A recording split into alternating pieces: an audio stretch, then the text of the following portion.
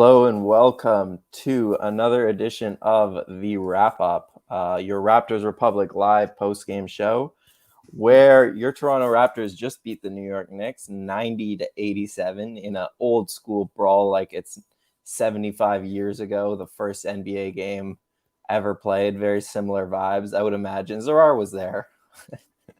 But I can only speak from guessing. I have with me Zarar, and I got Lewis with me. Good game, considering everything. I think you got to be happy with kind of saying a win's a win, right? Well, you can't complain after losing to OKC. I think at that point you just got to say you got to break the streak of losing. Anytime you lose to a crap team, a game that you're not supposed to lose, but you bomb anyways. You just want that memory out of your head immediately. It's like when you do something like horrible in life, you just want to move on. Let's forget about that. Same thing here. You lost to OKC. Get that bad feeling out of your head. Though there's a lot to talk about on how we barely beat the Knicks. Yeah. How similar was this game? You mentioned losing to the Thunder. I mean, go up big early, just get super lazy, let them back in. It was even the same play. RJ Barrett and Shea did the same thing. Both Canadians, like tripled in the paint, kick out behind. Quarter. Muscala made the shot. Randall missed it. I mean, that's the game. So, yeah, you can say a win is a win. That is always true and always important. But concerning to have a similar, really unprofessional game after just like fury from the team after the OKC loss. They didn't respond. Yeah, I mean, let's start there at the end of the game because that Randall, I mean, RJ also got kind of with 0.6 seconds left. He got a look, not a terrible look either, but the Randall look was the one that definitely concerned me more. When you're up 2, you can't give a 3, just like in the OKC game. You put Champagny in the game, which I get. Like, Chris Boucher isn't very trustworthy, but as we saw last game, neither is Champagny. He made the call to come off Muscala and got beat for it. And then a similar thing happened where Randall gets a pretty open 3. It's just like, what is going on here with the execution? And it hurts even more coming off 2 defensive possessions that were really, really good. But as we know, they couldn't close the defensive possessions because they don't have any rebounders. They don't have any centers. And it's just like, wow, that if they lost that one, like as bad as we are with our defensive rebounding, and I wrote this in the quick reaction, is that our offensive rebounding seems to bail us out. And in this game, that possession with Boucher, Boucher, who's been in the doghouse, his second good game in a row, he came up with a pretty big offensive rebound. I think a couple of guys missed a shot there, but I think that possession with the Knicks, I think they were up 2. If we had missed, they would have gotten the ball back, and then it's maybe a free throw. I don't know what's going to happen then. So that shot was due to our offensive rebounding. And I think I was watching the Knicks broadcast, and they made a point that the Raptors are the worst defensive rebounding team in the league. I don't know if that's a verifiable stat, but I'm sure it's verifiable. I don't know if it's true or not.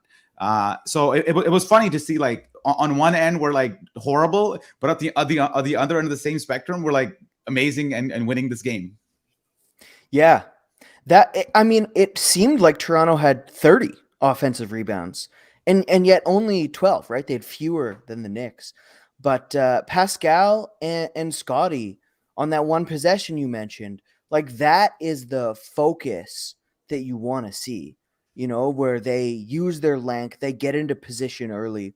That was awesome. That was a fantastic possession. And I mean, where's that the rest of the game, right? It's harder to get an offensive rebound than a defensive one. Like, you have to swim through guys. Defensive rebounds, you just put a body on someone. I mean, Scottie was boxing out tonight. Fred was boxing out. They were the only ones. Pascal was as well. But like, defensive rebounding is supposed to be easier, not harder. And so it was a little bit weird. And I'm glad you picked up on that, Zarar. Yeah, and that is a verifiable stat, but the reason really is because Precious and Kem have both been out. Like, the Raptors, they were about 25th, I think, before Precious went down with this injury the past couple of games, and then they slid, and they've been above average defensive rebounding team with both Kem and Precious in the lineup, which has only happened 12 games. They're 7-5 in those games, and so, like, all the calls for they need another center, they need an elite center. They're like, yeah, I get it, but really I think they just need some health, and they need a third center when these guys go down who can fill in some of the blanks. I feel like that 7-5 with both centers in the rotation is going to be this year's version of the Boston Celtics being like, we're undefeated in the playoffs with Kendrick Perkins in the starting lineup. You remember that, the 08-09? Like, yeah, Toronto, like maybe they finished the season 7-5. It's insane how many injuries they've had to a really, really thin front court. They need a third center, because I think even in that record of, as Oren already said, right, 7-5 is not an amazing record with both your centers. It's not like we're talking like, oh, when they have their centers they're 8-1. No, they're 7-5. So it's not. I don't think. I think we're obviously better with Kem and Achua playing well, but even with those two guys were there, we definitely had a need for a third guy for sure. For sure. And I think the other big storyline of this game was, I mean, if we want to get into a couple negatives, was the bench, right? The Knicks do have the best bench in the league, I think, by the numbers. They showed up tonight, and the Raptors have the worst bench in the league, at least when it comes to scoring. Wow. And it was really obvious. The 2 times Fred VanVleet sat, the Raptors kind of stunk it up. I thought Nurse was I don't want to like give him too much praise, but putting Flynn in instead of Banton really helped, I thought, in the second half, because even though, like, again, the bench guys weren't hitting their shots, at least Flynn was making some really good looks happen. But yeah, like, I guess my question to you guys is, like, what has to happen? Like, okay, health, of course, would be nice, and then all these guys get shifted down a position, and then we're cooking with fire. But assuming that doesn't happen anytime soon, what has to happen for the bench to succeed a little bit more? Yeah, so I'm glad you mentioned Malachi. I mean, his numbers are non-existent, but I thought he actually played really well in those 5 minutes. Like, every possession on the offensive end, this is without Fred, seemed to have a paint touch. Every possession had an open shot at the end. And so, he biffs a layup because he hears footsteps. He misses a pull-up 3. Svi misses a 3. And Yuta misses a 3. But those are all good shots. And so I think you kind of have to trust the process in a sense when it comes to the bench. And so on one hand, part of that is, Banton, maybe needs to be playing slightly better defense, to put it lightly. Yuta probably should get more time going forward. I think he's still on a minutes cap. His stretches when he checks in are supposed to be pretty short, but his shooting, his passing off the dribble, his defense, really, really important. I think the most important skill off the bench. And ultimately, Boucher, when he eventually gets time with the bench again, I mean, he's got to just remember that he can step foot inside the arc. Like, why is he taking pull up off the dribble shots? Like, set a pick and roll, dude. He can finish. He's a very good roller. By the numbers, a very good, efficient roller. He needs to get back to his base. So there's a lot of like small issues. If you fix them all, that's great. But ultimately, the skill is there. It's just not being used very well. I ripped on Flynn in the quick reaction because on the footsteps that you heard earlier. Yeah. Hey, I'll talk about Utah, man, and I think I wrote about him too in the reaction. That was a bad miss. That was a bad miss. It was a bad miss, man, and he had time. He actually had time to like go and like finish it off, right? And this is all I have to say about Utah, man. Like that, he had a sequence where I think he missed a free throw, and then the Raptors got the ball back, and then this dude like pulled up in transition for a horrible 3, right? So after he missed free throws, so before the free throws, he missed an and one opportunity, which should have been finishable, which he should have finished. So not a great sequence for Utah at all. And also he's also shooting poorly in general from 3, 1 for 5 today. So when you ask Oren, like what does this team have to kind of like do to like hold it together before the injuries come? We can't have these kind of nights from guys who we expect better discipline from. Like, forget about the point production and all that, but the discipline and decision making, he's been generally decent. But if we're talking about this game, he was not good. A lot of questionable decisions by Utah. Yeah, I think a lot of that with Utah is that like he kind of feels like he has to do a lot more right now with the bench. He's kind of like the second option a lot Yeah. of the time out there, and like he's definitely not suited to be the second option. And yet, I'm sure Nick is there telling him to be aggressive because there's three other guys out there with him who refuse to be aggressive when you're playing with the likes of Banton, Justin Champagny or Isaac Bonga last game. It's like he's being put in a pretty hard situation. But yeah, like I will say this about Banton. I know that like he's the hometown kid, so that the rules dictate we're not allowed to like slander him. No, But no, no, no. There's no such rules. We should slander him if he deserves slandering.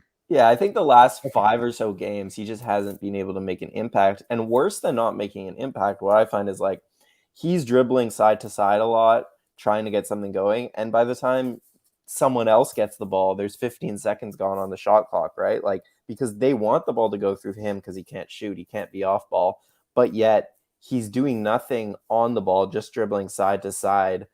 And then he's killing the shot clock. So, and then defensively, he's not like making plays. He's not like making anything happen. So, I mean, I think it's Flynn's chance to kind of get some increased minutes in the coming games here and show what he can do.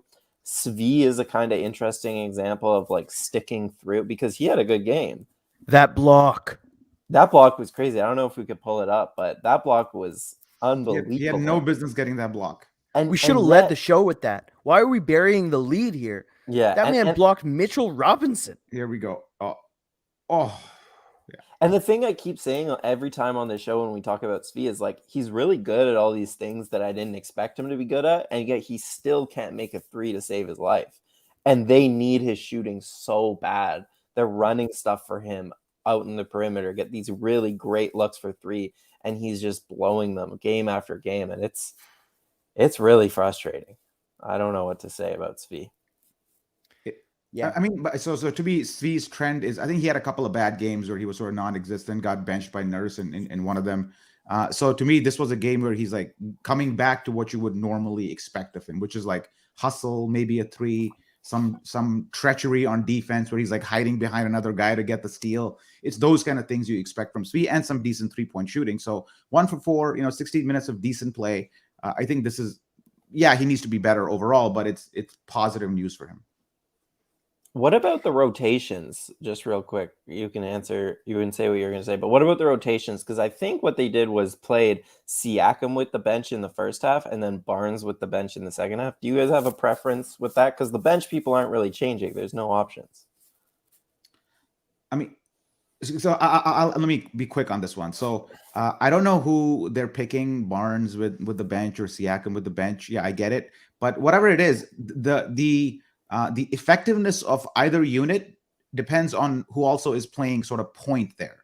I don't think having Barnes or Siakam in there, yes, you need to balance out the bench starter like rotation, but you need some good ball handling on there, which has to come from a guy who can actually handle the ball, not just a guy who's learning to handle the ball in Siakam. He's still developing that skill. So we still need a primary in there. And you noticed in this game when there was no Fred in the game, like in that second quarter, the Raptors were brutal. They could not get anything going because turns out if you have five lanky guys on the team, opposing quick NBA point guards can still penetrate and cause havoc. So even though it looks like you have good athletic defenders on there, your lack of you still get burned by other point guards because they can navigate around you. It doesn't matter how tall you are. Yeah, I think so. I think Scottie and Pascal played together with the bench in the first half. Yeah. In the second half, they did the Malachi thing. Because Malachi is always going to be like, he is a pick and roll point guard, right? When you play Malachi, it's the Malachi show, which works at times. Like that's not an insult. That's just, the type of player he is. And so I actually am a believer in the Pascal and Scottie bench group together. Yeah, I think ultimately, I totally agree with you, Zarar. You need to maximize not just ball handling, but also just stuff like movers and shakers, as it were. A lot of what Pascal does well when he's in the post, like even tonight, he shot he shot 3 of 18. He was in the post to end the game, and the defense was overloading on him. Just like he saw 4 bodies every time he touched the ball.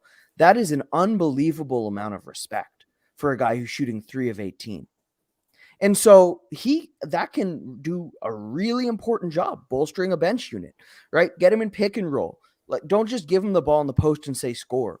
Get him in pick and roll. Get him, cutting, running transition. That's where Scottie helps. That's where Yuta helps. That's where Delano theoretically should help. Guys who just move, like run around without the ball, who push an attack, swing when they do touch the ball. Like, I think the process has to be more important than the personnel, in that if you're playing static basketball, your bench isn't going to win anything. Doesn't matter who's out there. Yeah. I think Pascal had a pretty interesting game because I will say his defense was really good. Like, he held Randall in check, especially in the first half. Randall wasn't getting anything. Really, the Knicks weren't getting anything because so much runs through Randall. And so because he wasn't creating advantages, the Knicks were just settling for threes. I think they shot like 15 threes in the first quarter, and then some like floater range shots. So I think Pascal's rebounding was good. His defense was really good. His playmaking was pretty good. But I mean, I don't know. Do either of you have anything extra to say on Pascal? Because I'll just say, like, it felt like he settled a lot for the jumper, even when it wasn't going down. Yeah, I mean that's where I was. I'm surprised it's not been mentioned yet. I mean, this is like the Fox News highlight clip of Pascal. It's like it's showing his teammates, and the 15 misses are propaganda. It's like the propaganda Pascal Siakam highlight reel. No, I thought he made so he is an isolation heavy player, and sometimes that isolation is because Nurse doesn't necessarily have any great plans on how to integrate him, maybe. And sometimes that isolation is just Pascal, I think, looking for himself a little bit more. And in doing so, rushing himself and taking shots that even he probably knows are not good shots. So in this game, he was settling a lot. And if you notice when he was against, what's this, the dude with a between the legs dunk?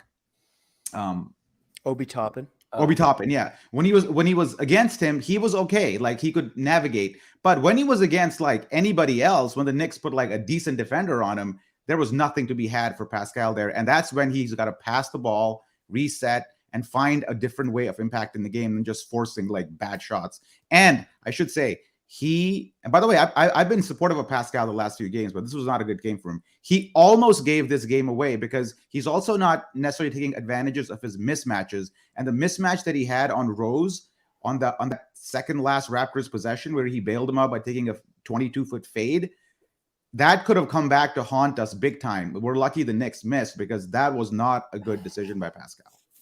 Yeah, his legs weren't in his jumper. Whatever the case, I'm not his doctor. I'm just saying. I mean, whatever. It was a bad shot. I'm agreeing with you. He didn't push those advantages. He didn't like force decisions from defenders.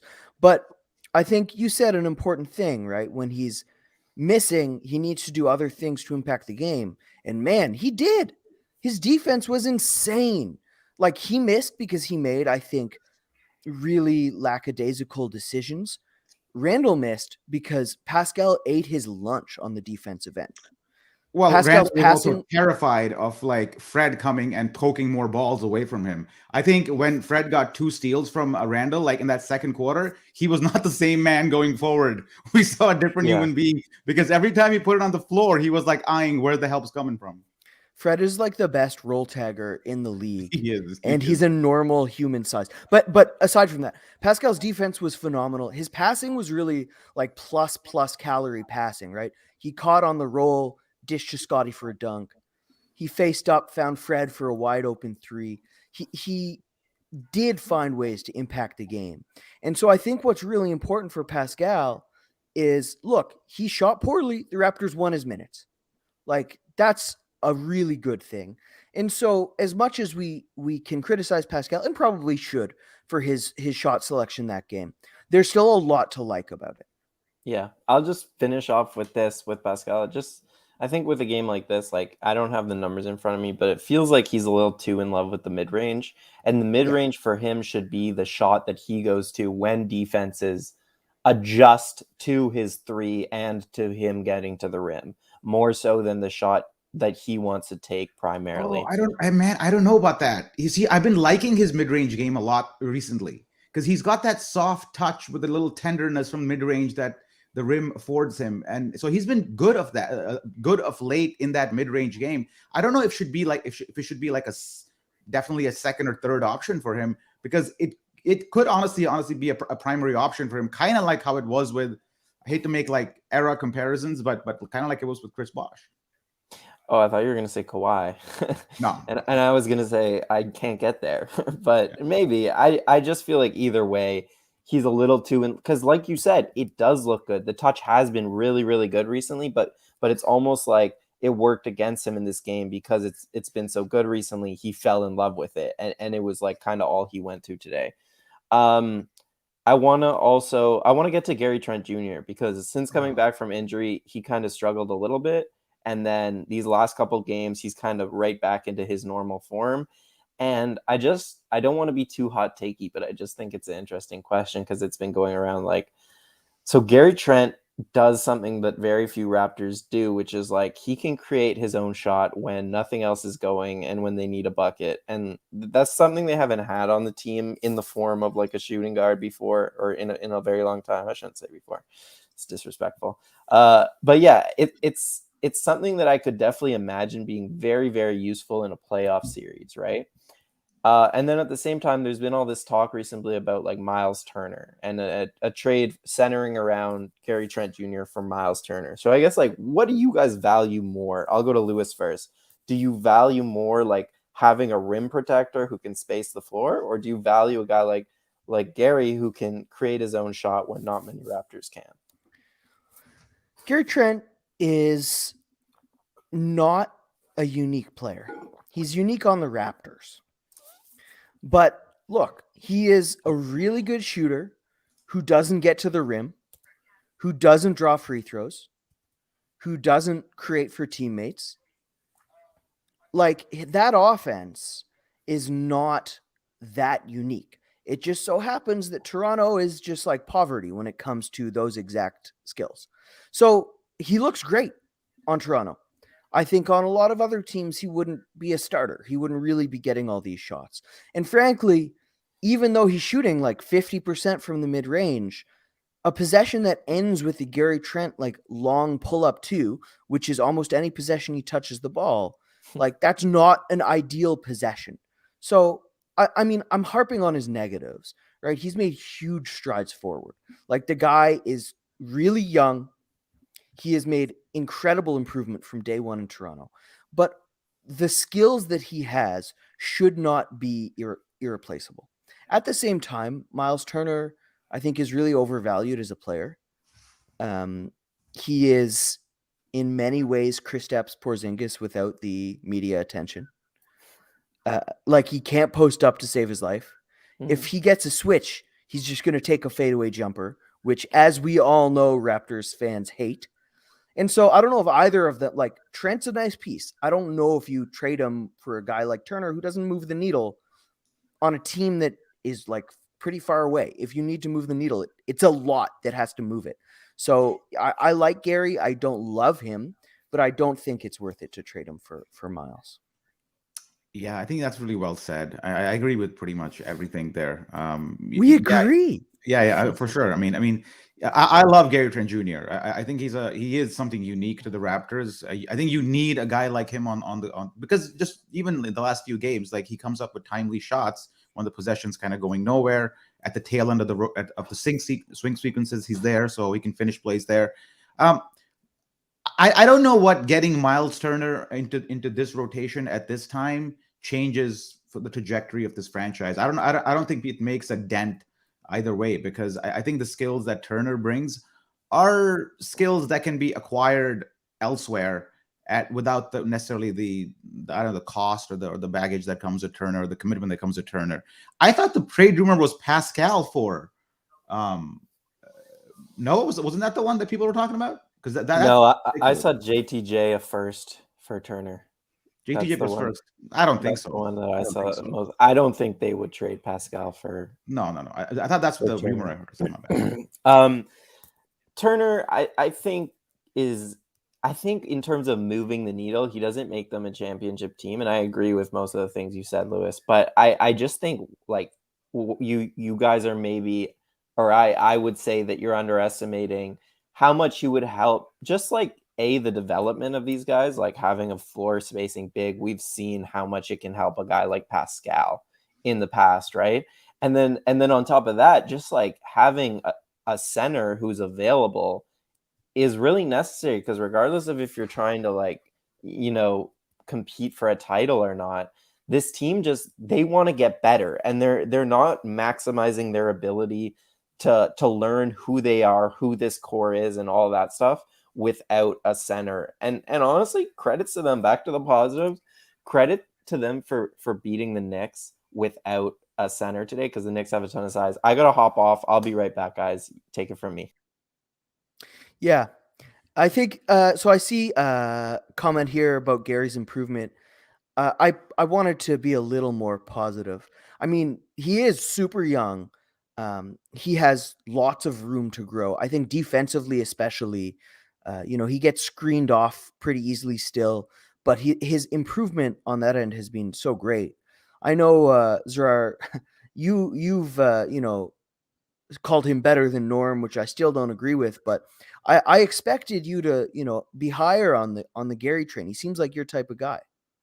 No, I am high on Gary Trent. I mean, I have liked his game from day one. I wish he got to the free throw line more, which is, I think, a big knock on him, because I think once he goes to the free throw line more, if he ever decides to take that step, then a lot of the things that he's currently doing well, he'll be doing even better, because it just creates more space for him. And shooters need space, and I don't think he's yet realized, it hasn't clicked in him apparently, that if you want to get even more space as a shooter, you need to be a better drive threat. And right now he's a drive threat, like to get to the free throw line. Even though in this game, I think he had one layup where he went all the way. I think it's this one right here in transition. Yeah, in transition. Yeah. Right. This is in transition, though. I'm talking like in a half court setting. Exactly. He doesn't really do this a lot. That's the part that he's got to develop. I have faith that he will develop that. A lot of people don't.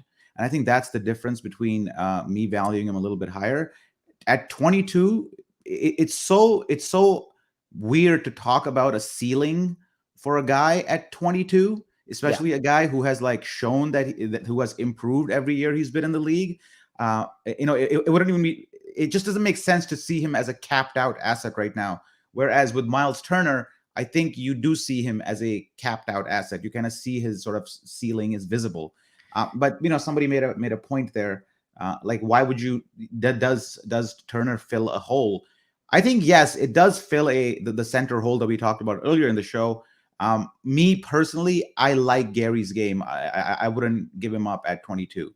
But if Turner is like the last piece in an actual contending run, and then you got to give up Gary Trent, sure, I would buy into that. But not at this stage where we're still sort of, I think, in the same tier. If you will. The thing that I look at for a really young guy about whether they're going to improve at getting to the rim is whether they apply moves, dribbling moves, body moves to manipulate the defense, or whether it's what they do just because there's space to do it. And Trent doesn't set up defenders with his moves. And for a guy who has, an average handle and below average athleticism, he needs that craft.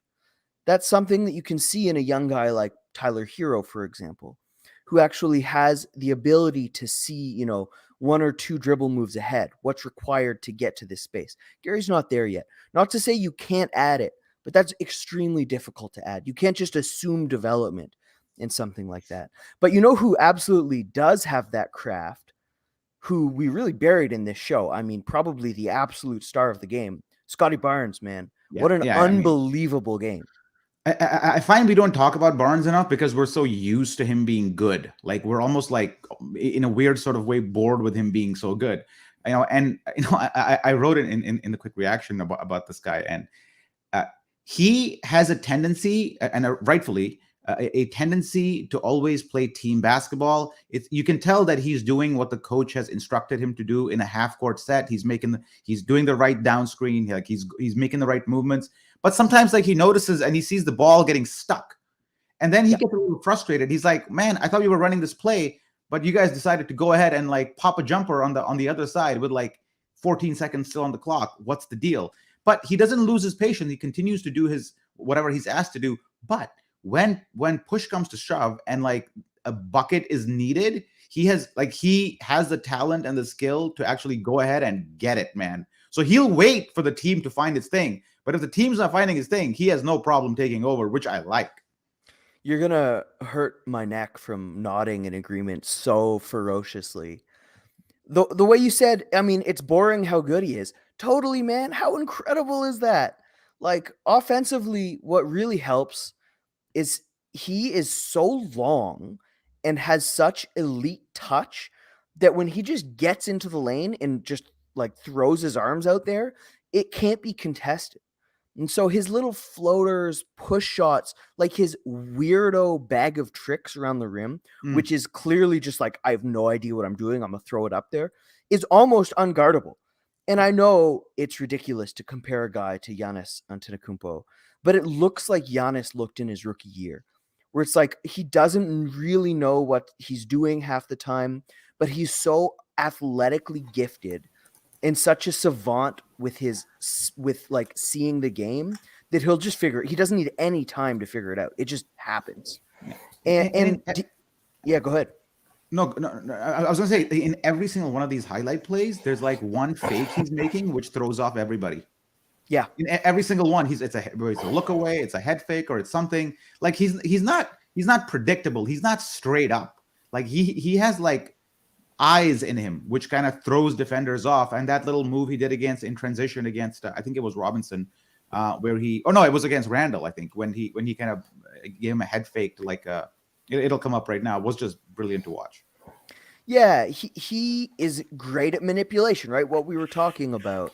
And a lot of that is because he is such a good passer. Like he passes, guys open, which is pretty rare. That pass to Fred, where he saw Fred's guy wasn't looking. It was a Jokic pass. He's like, I'm just going to throw the ball there and assume the guy won't stop it. If he'd been looking, he just would have taken the ball, turnover.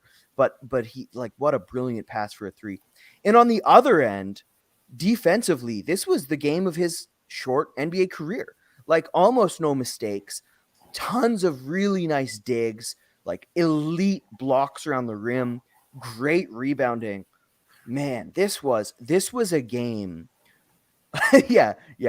Honestly, Scottie is better than Giannis was in his rookie year. And that's like Giannis is probably the greatest athletic development and maybe also the greatest skill development in the history of the NBA. Like you can't assume development like that. But yeah, Scottie's rookie year is special.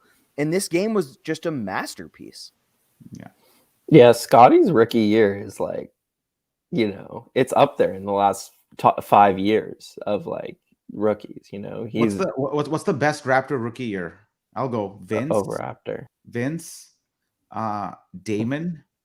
Yeah, Damon was special. I would say, and then am I forgetting somebody? And then I'd say Scottie. Man. Yeah, Scottie could be the best. Like Scottie is when it's all said and done.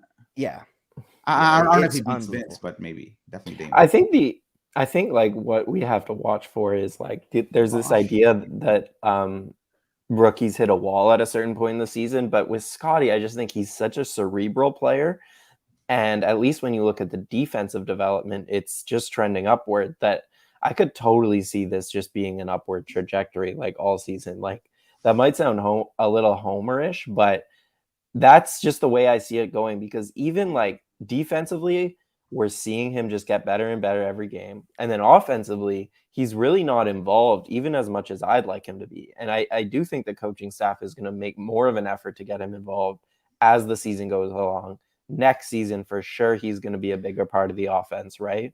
And so with that will just come like more opportunities and maybe more output. Well, he's a broken play master, which is what you want, right? Like he is elite at faking handoffs, that keeper play to dunk. He's great offensive rebounder. He cuts into space super, super well. I mean, he was hitting jumpers for like a week there. His ability to just do stuff when other guys have the ball is so necessary on this team. Part of why he Yeah. and Fred are such a natural fit. And so, yeah, you're probably going to see him as a screener a lot more as he gets older, because he is just, I think, probably Toronto's best pick and roll screener. You're going to see him as the handler. You're going to see him isolate. You're going to see him in the post. Like, that's all to come. We haven't even scratched the surface exactly. on him, like, playing basketball. We've just seen him, like, screwing around in pickup, and he's already doing this, playing pickup basketball. Like, what? Like he's still finding his spots to the point, man. Like that play where he has a habit Jamario now. Moon. He's actually going and posting Wow. up in transition two. more. If you've noticed, like the play's over, he will go if he's not handling the ball, he's making a run as a lane runner, and if nobody's finding him, then he has a tendency to go into the deep post and make himself available, because he knows. And now we've seen over the last week or so, or 2 weeks, that if he catches the ball near the rim, it doesn't really matter who's guarding him. Like he will get a higher percentage shot off, and that's ticked in his head, and now he's looking for those opportunities in transition.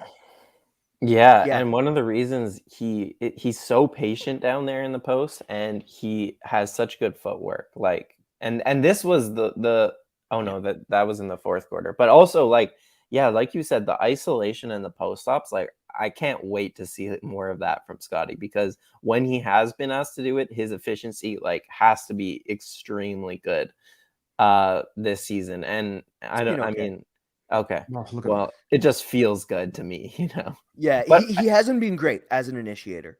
That's why he hasn't done it very much. That's like totally normal stuff. Right, but I also feel like he hasn't done it very much just because he's a rookie, and the Raptors never let rookies like be the offense, you know? Like the Raptors just have like a system or a culture where you're going to work your way up. Each season you're going to get a step up, even if you're the number 4 pick. And earn your touches. Yeah, exactly. And I think there's a lot to say about like accountability and that stuff. But yeah, and then go for it. He's already doing what OG did, where it's like he is the best screener and the best cutter. So it's this really beautiful problem to have for the coach. It's like, do you want this guy involved in the play or orbiting the play? Because he does such great stuff in both ways. OG, I mean, just phenomenal. On top of that, one of the team's best shooters. Scottie is like the fact that Scottie is already a good problem for a coach where you want him to do multiple things. Man, what a dream.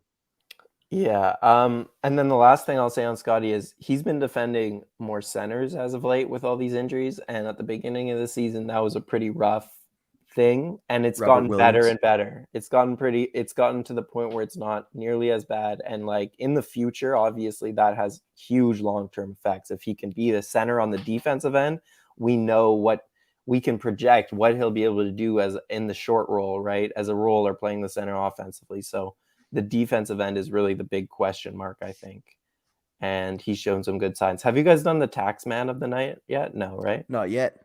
Okay, so we're giving it to Scottie Barnes. Scottie Barnes is the tax man of the night. Visit canamtax.com to get your taxes done this season.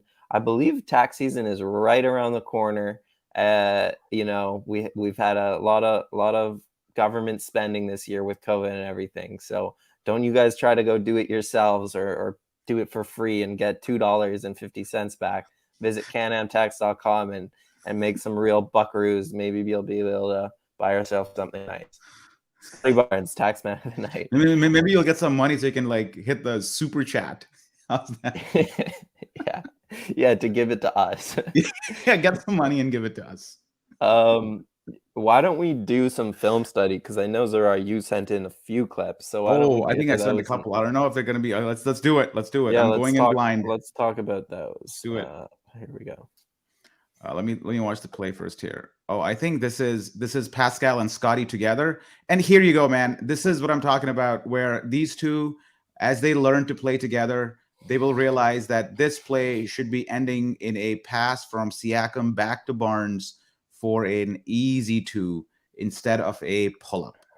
And there are, this one is just blatantly obvious, but these opportunities are popping up more and more. And this is where both of them, it's not just on Siakam, by the way, it's on Scottie too, to ask for it and tell Siakam this is what he like, what his tendencies are, what his preferences are. This is where that the growth needs to happen. These two need to connect more, and these examples are somewhat painful because they can result in some brilliant highlights. Yeah, they've been when they do share the ball and make these tic-tac-toe plays, it looks so good, right? So it's just about doing it a little bit more. But like when they do move it quickly and then move and get it back, like those two specifically, it's looked really good. They had that same play later in the game. Yeah. Siakam on the roll, Scottie cut like horizontally through the lane and then burst at the rim and got the ball, got a dunk. So this exact miss, I completely agree. This is a really important, clip of how they can get better, but they actually got better at this later in this game. Yeah. I have one later on, I think, where they do well too. Okay, I'm done with this. Next one, yeah. What's this now? Oh, this is okay.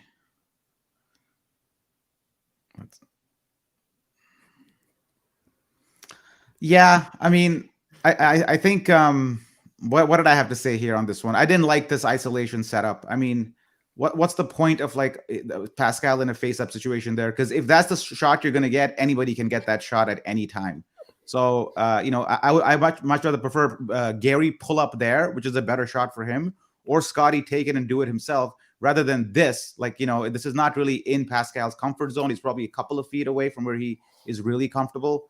It doesn't have any rhythm in his shot. It's more of a catch and shoot thing here. Like, didn't even dribble the ball, so there's no rhythm there. Did not like the shot, especially because there were better options like in Gary, arguably, and definitely in Barnes.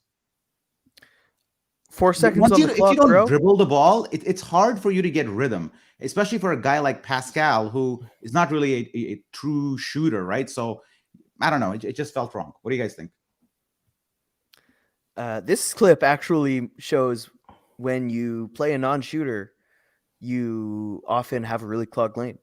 Because you say Gary should go up with this. I mean, there's 3 bodies on him. He's getting stripped if he tries to shoot that. And it's because Scottie's he's the first pass away. They don't respect him as a shooter, so they help off him. And it's on Scottie to make the defense pay. So I actually think this clip is not an example of Pascal's mistake. That's Scottie. Yeah. He should toggle into a handoff with Fred, dive to the rim. That's a much better shot. That's a great analysis, man. It's like the possession in itself that left like a bad taste in my mouth, because this came out, well, bad possession. Nothing more to say. Yeah. Oh, this, man, I think this is Scottie, and look at the vision here. Oh, man. This is the pass that look we were at the vision about. here. I know. He is seeing through 4 Knicks here, while he has picked up his dribble and is sealed off by the baseline. Has he picked up his dribble? Oh, he hasn't. But look at that. Oh, damn, man. Fuck. No. When this That's happened a Jokic live, pass. Yeah, when this happened live, I was just like in awe, because like, how did he get it through? And then it showed this other angle on the broadcast that was even more amazing, because Randall is right there coming in on that exact angle, and the pass literally goes like right by his hand. Like, it's incredible how he threaded the needle here. Look at this. Yeah. You see Randall, like, he sees the pass. Randall literally sees what he's doing and still can't get to it. Yeah. That's another area where Scottie's improvement has been rapid. His vision has always been elite coming into the league, but his actual execution of passes early on wasn't wonderful. He had a high turnover rate. He missed a couple of ones where he had, he's like, oh, this looks awesome, and then he just didn't do it. And now he's doing it. And it's, man, that play that was one of my favorite plays of the game. Oh, for sure. All right. Nice. What else we got? Okay. Yeah. A lot again, of Pascal shots here, eh? I mean, yeah, same thing. I was not happy with this game. Was not happy with this game. I mean, he went 3 for 18. It's fair.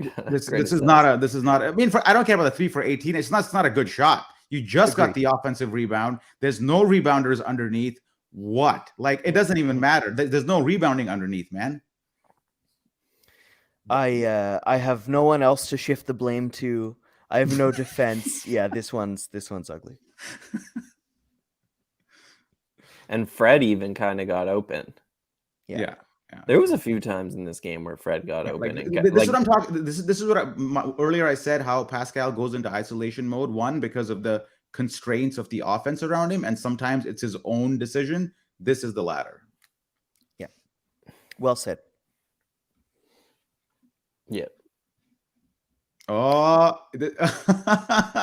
Lewis yesterday at the Raptors Republic party with Jamar there. Your hat is pulling matching. out the suspenders. Yeah, the suspenders are matching the hat. Is that the same hat you got there right now? Nice. Same hat, same beard. Okay. Yeah. Oren, you weren't there, so I'm not for you to go. I mean, what is this? This is when I saw Lewis, he told me that this is a Christmas. This is okay. That's a good way to okay, Oren, you might feel me here. I'm Jewish. Okay. I don't know how dressing up for Christmas parties work. I thought everyone was gonna dress up. I thought everyone was gonna wear green and red. I thought, or a hat, or an ugly sweater. I was expecting people to show out Christmas vibes, and I honestly was surprised. And so I appreciate the love there. Suspenders looking good, thank you. But it was more betrayal than anything else that led to that outfit. Okay. Honestly, now that you mentioned that was your expectation of a Christmas party, I can see why you went there. It's just that, usually, I don't know about you, Oren, but I've never heard of a Christmas party where you actually dress up like with a Christmas theme, unless it's like a Christmas Eve thing. And I don't even celebrate Christmas, so I'm just going based on movies. We're none of us Christian in this conversation. Yeah, but I would only dress up to an event. I'm just in general the person that only dresses up if you really hammer it in that you got to dress up for this event. So if there's no out there dress code, I'm not gonna come in a dress. Even like Halloween, I do the bare minimum. So I'm not a great person to ask, but at least we got some great content out of this, because I think that's a hilarious reason. All right. But yeah, before we wrap this up, I have one fleeting thought, and I wanna look this up. Probably. Is it a Van Vleeting thought? Sure. I want to look this up, but I'm kind of too lazy to do it on the spot. But the Raptors over the last 5 games, and they've all been at home, feels like they're shooting terribly from the free throw line, right? Anecdotally, doesn't it just feel like every time they go there, they're missing at least one of them? And they're home, so there should be no excuse. But and someone who brought this up, I forget. OKC's coach brought this up, Mark Daniel, last game, how Fred missed 2 technical free throws in that game, and they lost by 1 point, right? So these things matter, and the Raptors are just shooting pretty poorly from the free throw line. They got to clean that up. But how about this game wasn't actually bad. How about you guys? They kind of forgot how to play at home. You spend a year. Okay, the analogy here is, how when you go on a long road trip in a different time zone, especially, the first game back at home is always another road game, right? Because you're changing beds, you're in a new time zone, you just traveled. It's just another road game. Toronto just played a full season on the road, and it seems like now when they're coming back at home, the quarter of the season, it's a full quarter season of road games. They forgot how to play well at home.